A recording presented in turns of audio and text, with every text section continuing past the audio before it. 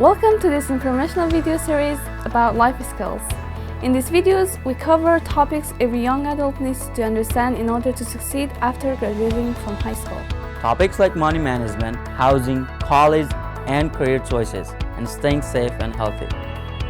Visit the Life Skill Resources page of our website at www.refugeedevelopmentcenter.org for more life skills videos as well as PowerPoint presentations, tests, teaching tips, translated vocabulary lists, and handouts and other resources. Becoming an adult can be a scary process, but with a little knowledge and guidance, you can soon be well on your way to succeeding on your own and achieving your life dreams. We look forward to joining you on this exciting journey. In this video, we will be answering your questions about how to take care of your most important resource, yourself. Do you know what a healthy relationship looks like? With your friends, your family, and yourself? What would you do if one of those relationships wasn't feeling as healthy to you? You will never be able to succeed in achieving your dreams if you don't first learn how to do an adult's most important job, keeping yourself healthy.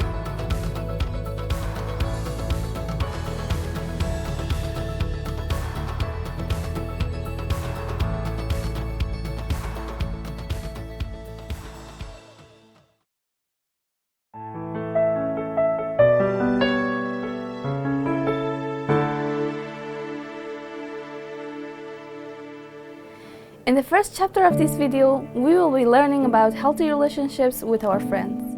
Most of us have lots of friends, some younger and some older than us. Some that we see regularly and others we see only once in a while. Some people are our friends because we do things like play sports with them. With others, we share our secret lives and may feel closer to them than we do to our own family members. No matter how old you are, every good friendship has these 7 marks of healthy relationship. Number 1, respect. Are you accepted for who you are and what you believe? No one should attack you or make fun of you because of who you are or the choices you make, even if they don't agree with them. Number 2, safety. Do you feel safe emotionally and physically? Emotional safety means you feel comfortable being you without fear of being put down. Physical safety means you are not being hurt or pressured into unwanted physical contact. Number 3, support. Does your friend care about you and what is important to you? Your friends should still be your friends even if you can't hang out because you have to study or if you have plans with other people. Number 4, individuality and acceptance. Does your friend accept you for who you really are and want what is best for you? You shouldn't have to change who you are or compromise your beliefs to make someone like you. Number 5, fairness and equality. Do you and your friend both decide what to do together or when to hang out? Even though you should have friends of all ages, friends are always equals. No one is the boss. Number 6, honesty and trust. Are you always honest? Honesty builds trust, and you can't have a relationship without trust. If you have ever caught someone in a lie, you know it takes time to build or rebuild trust. Finally, number 7, communication. Do you talk face to face, not just text, about how you feel? Listen to each other and hear each other out without interrupting, even when you don't like what the other person is saying. Real friends will kindly and respectfully tell us the truth even when we don't want to hear it. So we can probably all agree that good friendships should include these 7 things: respect, safety, support, individuality and acceptance, fairness and equality, honesty and trust, and communication. What can be more difficult is figuring out whether our own friendship have all those things and knowing what to do if they don't.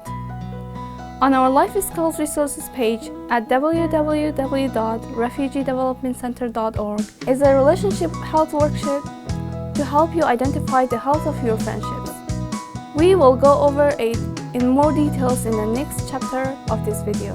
But if you notice that your friend won't listen to your opinion or doesn't like you to hang out with other friends or has to be with you or texting you all the time or pressures you by making you feel bad if you don't do what they want or is unkind to you either in front of you or behind your back or makes fun of you to other people, then you need a new friend.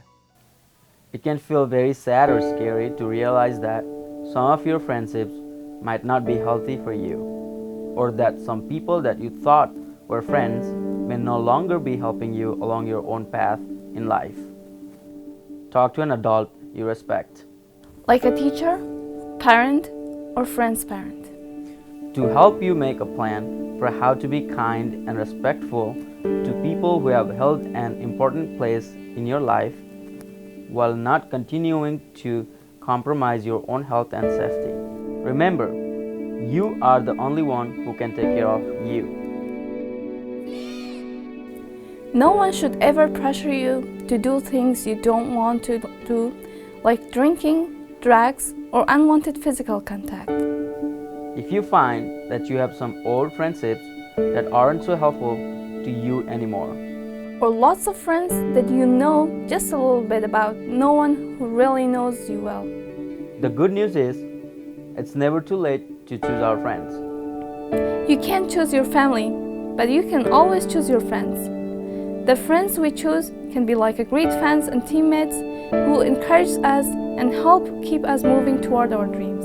Or like heavy weights around our ankles that keep pulling us off track and holding us back from being our best selves. Set up weekly or monthly time with friends that you value, especially if your life is getting busy. Good relationships are like gardens, they don't just happen. If you want strong friendships, you will have to make them a priority and sacrifice regular time in order to keep those friendships strong.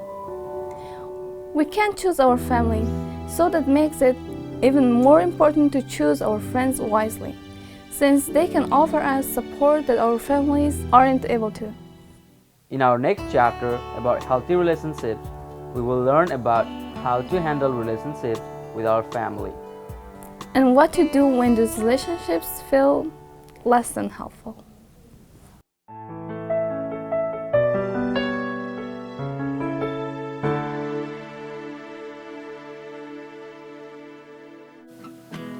Have you ever compared your family to other people's families and wondered if your family was normal? Do other people's family argue with each other this much? Does everyone spend this much time cooking? The good news is nobody's family is normal because every family has unique strengths and weaknesses. But it is possible to check up on your relationships with your own family members to see how healthy they are and take positive steps towards making those relationships more life-giving and less exhausting and frustrating. First, let's do our best to objectively assess the health of our relationships with family members by using the same relationship health worksheet we looked at in the last chapter with our friends. This worksheet can be found on the Life Skills Resources page of our website at www.refugeedevelopmentcenter.org. If everyone deserves to be treated with dignity and fairness no matter what, then we deserve at least the same treatment from our family members as we do from our friends, since our families are often the people who know and love us best. Read each question and put either yes or no in this column. Then score yourself. Give yourself 1 point for every time you answered no in the pink section. Give yourself 1 point for every time you answered yes in the orange section. And give yourself 6 points for each time you answered yes in the green section. Then add up your total points at the bottom of the worksheet. If you get a score of 0 to 3, congratulations! You have a very healthy relationship with this family member. You can expect to find great joy in this helpful, long-lasting, life-giving relationship. Can you please teach the rest of us How to do this? If you get a score of 4 to 5, this relationship has some healthy aspects, but also some aspects that can use some work. Maybe you can choose 1 or 2 aspects of this relationship that you would like to improve and work on those. If you get a score of 6 or more, It is definitely time to start thinking about how to improve this relationship. while you can't change the choices family members make toward you, you can make your own choices that will make your relationship with that family member less exhausting, frustrating, and life-draining for you.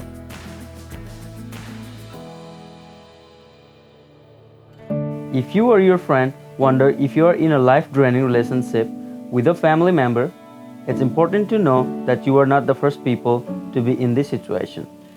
Just in case you ever have to have this conversation, here are some steps you can consider. First, Envision what a healthy relationship would look like with that person. You could start by thinking about the 7 marks of a healthy relationship: respect, safety, support, individuality and acceptance, fairness and equality, honesty and trust, and good communication. then choose one of these aspects that you would like to start improving in this relationship. Don't try to work on everything you don't like all at once. It has taken years to create these less than helpful relational patterns, and no relationship will ever be perfect. So choose 1 or 2 aspects of your relationship that feels the worst to you, ones that you're willing to sacrifice time and energy to change. Next, think about some boundaries. Like a fence around your yard that keeps your children safe and keeps hungry animals out. Boundaries are limits or rules that we choose for ourselves to keep us healthy and take care of our own responsibility.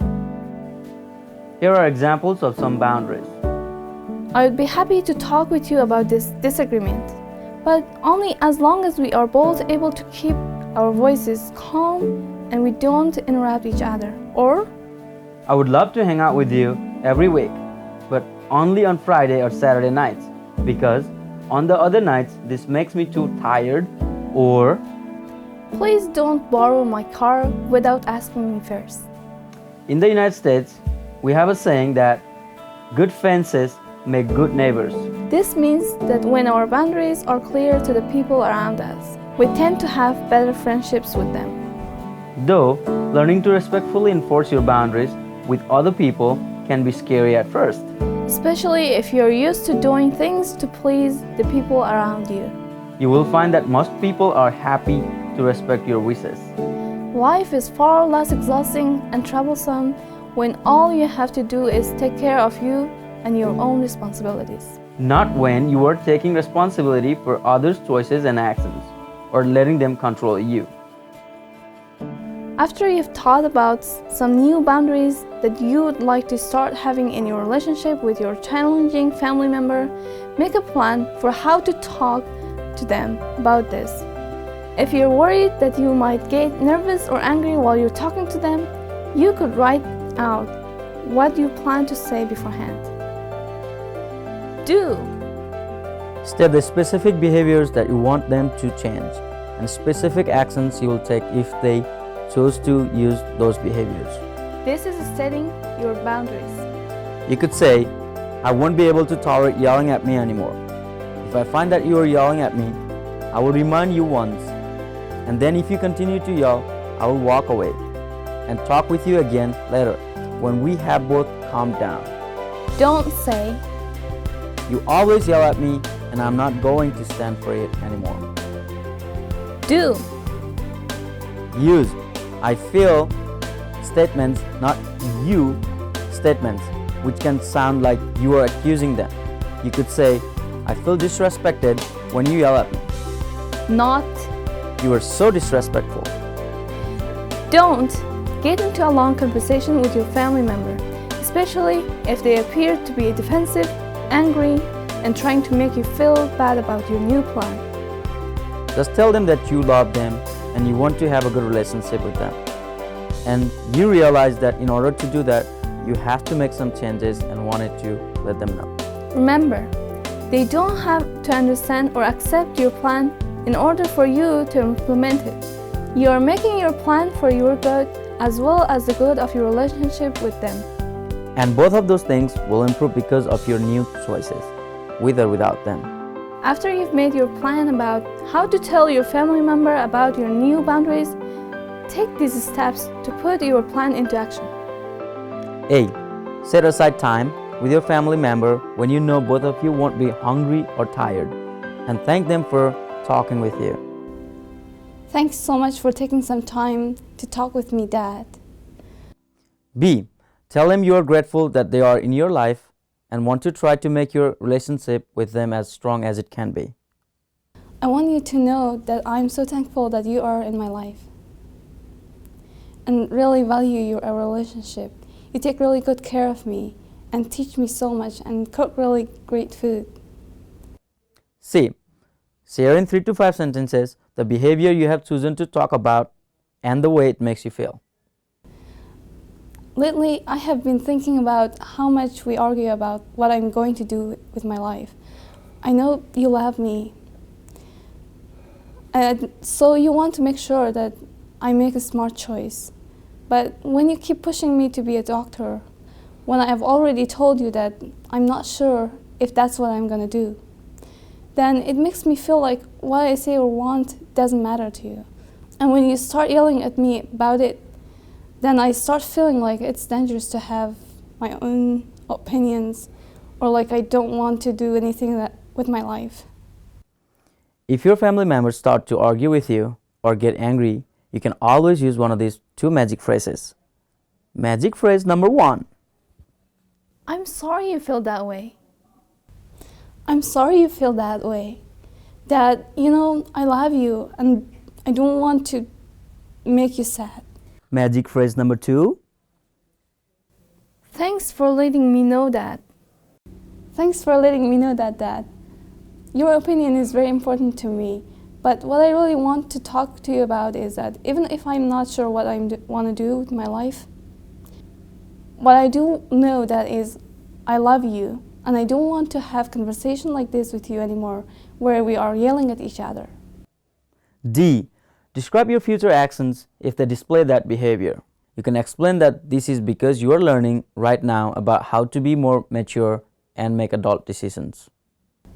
So my new plan is that if you start to get into one of these conversations about what I'm going to do with my life, and I start to feel like you're pushing me toward being a doctor, again, I'm just going to say, Dad, I love you, and I know this is important to you, but we have talked about this before, and I'm not ready to talk about it again right now. When I know what I'm going to do with my life, I will let you know. And if you start yelling, I'm going to say, I'm not going to be able to keep talking right now. I will come back after we have calmed down and walk away because, Dad, I love you too much to keep having conversation like this. E. Last of all, thank them again for meeting with you and keep the conversation short. I'm sorry I have disappointed you, Dad, but this is important to me and I love you. So I just wanted to let you know, thank you again for listening to me, Dad. I need to go to start my homework now. Last of all, celebrate. You just did a very brave, mature, and loving thing. Even if you feel like the conversation didn't go as well as you would hoped. Or like nothing seems to have changed in your relationship. Or your family member seems more mad at you. You just took the first step towards having a healthier family member, healthier relationship, and healthier you. Get yourself some ice cream and tell someone who will celebrate with you about the important step you just took. This is the hard work of relationships. It can be very scary, exhausting, and difficult, but everyone will have a chance to do this kind of work at some point in their lives. People who choose to learn and practice these difficult relationship skills will find that they are useful not just with their families, but also at work, at school, and in other relationships for their entire lives. People who choose to allow unhealthy relational patterns to continue in their lives because they never challenge them often find themselves stuck in the same kinds of unhelpful relationship patterns. With bosses, co-workers, girlfriends and boyfriends, religious leaders and others. Their children then pick up the same relational practices from them. Even if you try to teach them different ones. And so these unhappy family relationships continue for generations. Until someone steps up with the courage to face their fears and make a change by learning and practicing these difficult relationship skills. Often when people start down this road to improving the health of their relationships, those relationships feel like they get significantly worse before they get better. Changes. Even good changes are difficult for everybody. But if you keep your eye on your goals and this relationship and respectfully and lovingly stand your ground, things will slowly improve. And you will have learned and practiced some skills that you can use in lots of other relationships in the future. When you are trying to improve the health of one relationship, pull in your support network of other people who love you and whom you respect.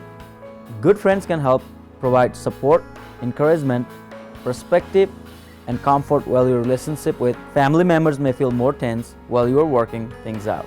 Keep in mind that friends that you choose to help support you should be ones who will help to make your problems smaller, not bigger. Make sure friends you share important stuff with have the 4 qualities of a safe support network.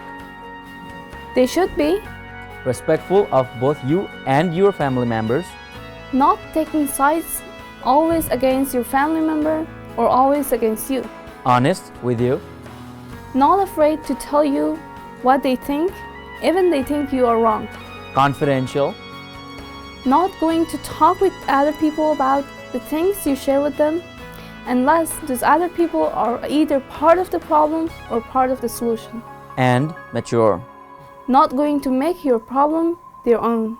For handouts and more information about all this, check out the Life Skills Resources page on our website at www.refugeedevelopmentcenter.org. It can be really hard to think about the idea of a support network. Talking with people who are outside of your family about challenges with family members, some families teach that doing this betrays the family. Maybe it would help to think about it like this. Imagine that you and your mom have both been feeling sick for a long time. She says it's just cold, but you know it is worse than that. Finally, you talk to your friend who builds houses. He does a test on the houses where your family is living, and you find out that there has been poisons in the air of your home. Your friend is able to teach you how to fix a problem with your home so that the air isn't poisoned anymore. Both you and your mother are healthier. Even though your mom might not have wanted you to talk to someone outside your family about a family problem, when you took the risk with someone who has more experience and expertise than you have, it paid off because both your health and your mom's health improved, even if she never knew about the information you learned from your friend. In the course of our lives, everyone is going to come across problems that we don't have the experience or expertise to handle. This does not mean that there is something wrong with us or our families. It means that as humans with limited knowledge and experience, it shows wisdom, health, and maturity. When we trust others and recognize when it is time to ask for help. Remember, the most loving things you can do for your family or for anyone else is to take care of yourself. Make sure that you are a healthy person, and a big part of doing this is making sure that the friends you choose and the family relationships that you cultivate are life-giving relationships. Ones that help you to stay healthy and keep you moving towards your goals.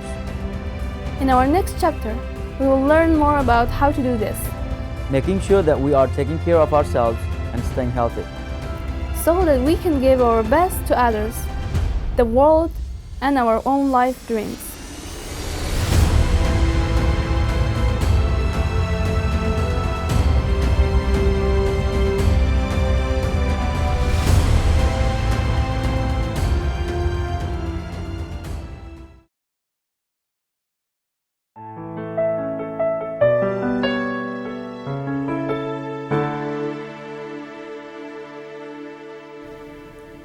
Have you ever met someone whose parents babied them?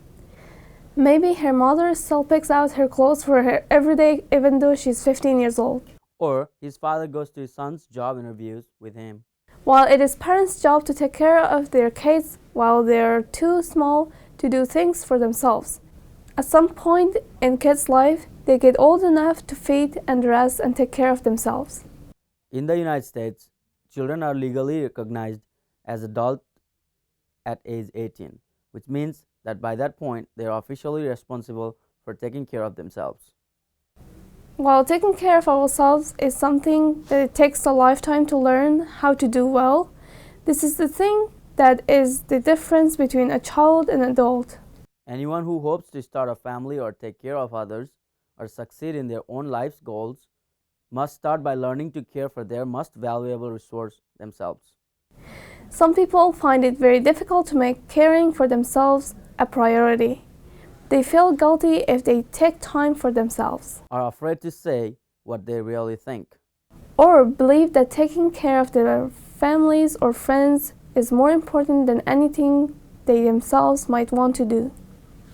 Some people are able to overcome this unwillingness to take care of ourselves by remembering that we won't be able to care for the people around us if we don't first take care of ourselves. For example, before every airplane flight, the plane's crew goes through safety instruction with everyone riding on the plane. One of the first things they say is that if the warning sign shows that you must use your oxygen mask, be sure to put your own on first. Before trying to help others around you get their masks on. You won't help anyone if you pass out while trying to help others. Other people find that it's easier to think about how to take care of themselves if they think about what they would want their own child to do in their situation, or what they would be willing to do for someone else. You may not be able to feel it is justifiable to buy yourself something small that makes you happy, but you would never hesitate to purchase a piece of candy for your niece. The truth is that you are human who has the same rights and needs as every other human on this earth. If you don't learn first to take care of yourselves and your needs, You will never be able to effectively take care of others and their needs. one way to think about these core needs that we must regularly fill Whichever human being has, no matter what your age, gender, and geographic location. is to group them into these 6 areas. Mental needs. Everyone needs the opportunity to learn new things on a regular basis by reading books or taking classes or visiting a museum. Everyone also needs regular free time when your brain is not doing or watching anything. Walking in the woods, driving in the car, or lying in bed quietly at night. You also should limit your use of technology like your phone, computer, and TV to less than 2 hours a day, and even less than that for children. For more information about health problems associated with too much use of technology, check out the tips for healthy use of technology handouts on our Life Skills resources page at www.refugeedevelopmentcenter.org. The next category of core human needs that everyone has is creative. Everyone needs regular time for play, doing something just for fun, not accomplishing something productive. Everyone also needs regular time creating something. Music, art, dance, or garden, for example. Finally, everyone needs regular time enjoying art. Visiting a museum or art gallery, or attending a concert, for example. Everyone also has sensory needs. We need regular experiences enjoying things with all 5 of our senses. Sight experiences like walking in the woods or watching a bonfire. Smell experiences like incense or fragrant oils. Touch experiences like taking a bath or swimming, getting a massage, or walking barefoot outside. Hearing experiences like your favorite music and periods of total silence. And taste experiences like enjoying fine chocolate or slowly drinking good coffee. Everyone has physical needs. All people need about 8 hours of sleep a night, regular exercise, regular time off work. Healthy food and medical care. And for adults, an outlet for sexual expression. The next category of universal human needs is social. Everyone needs regular time alone, Some of us more than others. as well as regular time with friends of various ages, time with just our immediate family, and time with our extended family. We also need to regularly give and receive gifts. And the last category of core human needs is spiritual. Everyone needs regular time praying, receiving spiritual input, and learning from books or spiritual leaders, and practicing self-awareness, such as by journaling, giving yourselves gifts, and taking time to do things you enjoy. Everyone also needs a spiritual mentor to learn from, spiritual community to help support them, and regular opportunities to volunteer and serve others. No one's life is perfectly balanced in all of these areas, but like the person in the diagram whose hand or foot is not functioning properly, it is impossible to be a healthy person if you neglect any items on this list. If you notice any of these symptoms, yourself is probably trying to tell you that a hand or a foot needs your attention. You get easily annoyed, You have a hard time sleeping, you constantly feel overwhelmed, having a day off feels odd, you are always late, you eat a lot of comfort food. you often feel anxious. If you notice any of these symptoms, take some time to yourself to think about each area of these 4 needs and fix what feels wrong. Are you getting enough sleep? Do you need some time without technology? Are you making time for yourself for regular learning opportunities, spiritual and mental? Use this core health needs handout to do a personal inventory once a year to assess whether you are making sure all of your core needs are being met. Many people do this around the New Year's holiday and create goals specific to themselves for areas they would like to grow in during the coming year. Most of the time, our feelings are normal. Sometimes we feel happy, sometimes sad, sometimes angry, sometimes tired. These are normal human feelings that show that you're alive. But just like when we see certain symptoms with our physical bodies, and we know we need to visit a doctor, in the same way, there are certain universal symptoms that show that our mental health is suffering beyond what we can handle ourselves. Just like everyone gets sick and has to go to the doctor sometimes, when we notice these symptoms of mental fatigue, we need to be smart and visit an expert who has spent years in school learning about how our mind works and who can help us take care of ourselves when our symptoms show that what we need is beyond our own strength and understanding.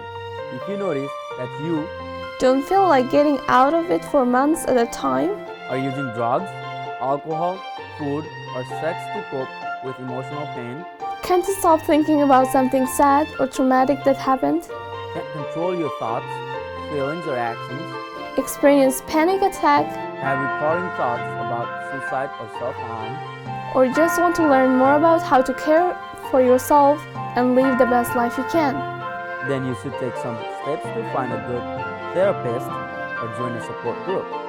Many therapists are licensed doctors who have spent years studying how our brains and bodies work.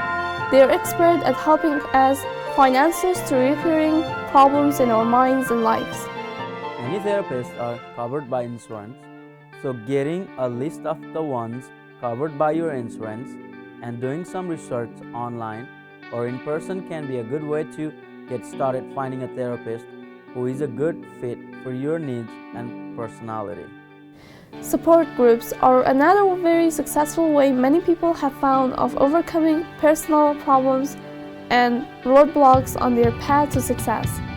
Support groups are usually geared towards a specific group of people, like children of alcoholics, single parents, or people who want to have better relationships, and provide a confidential place where people meet regularly and share their struggles and success and learn from each other. Visiting a support group can be a very comforting and freeing experience, since many people are facing the same struggles that you are. For more information about how to locate a good therapist or support group, check out our Finding a Therapist or Support Group handout on the Life Skills Resources page at www.refugeedevelopmentcenter.org. Finally, just a reminder that whether you find that you are doing a great job taking steps toward meeting your core needs in 6 areas, or whether you find that you need to take steps toward finding a good therapist or support group to help you through a difficult experience or period of your life, everyone needs a good support network, the group of friends or family members who help bring strength and stability to your life. Like we talked about in the 4 qualities of a safe support network handout, the people in your support network don't have to be perfect. They just need to be the people who are there for you through good and bad times in your life, Consistently providing healthy input. and encouraging you to grow into the best version of you. If you find that friends or family members consistently attack or interfere with your efforts to achieve your goal of learning to take care of yourself, By making you feel guilty for your choices or threatening to withdraw their lives and relationships with you if you don't do what they want, it is even more important that you find a support network who will help you to become the best and healthiest person you can be. though they may not realize this at the time. Reaching out to a healthy support network is the kindest thing you can do for all the people in your life, including those challenging family members who often just want what's best for you and are worried that you are not on the right path to achieve it. But regardless of whether they are able to respect or understand your choices, it is important for your own sake that you put your own health first and make the choices you need to in order to take care of you. Many of us connect often with our support networks online using Facebook, Instagram, and other messaging apps. For more information about how to cultivate a healthy online presence, avoid legal problems, and protect your digital and physical safety online, check out our online safety handouts on our Life Skills Resources page at www.refugeedevelopmentcenter.org. In this informational life skills video, we learned about how to recognize and maintain healthy relationships and take steps toward fixing unhealthy relationships with our friends, family, and ourselves. We learned about the 6 core needs every human is born with and what to do if your best efforts to meet your own needs still leave you feeling overwhelmed and unsuccessful. People who learn to take care of first themselves and their relationships with others are well on the way to living healthy, happy lives. Remember, you are the only one who has both the responsibility And the ability to take care of you.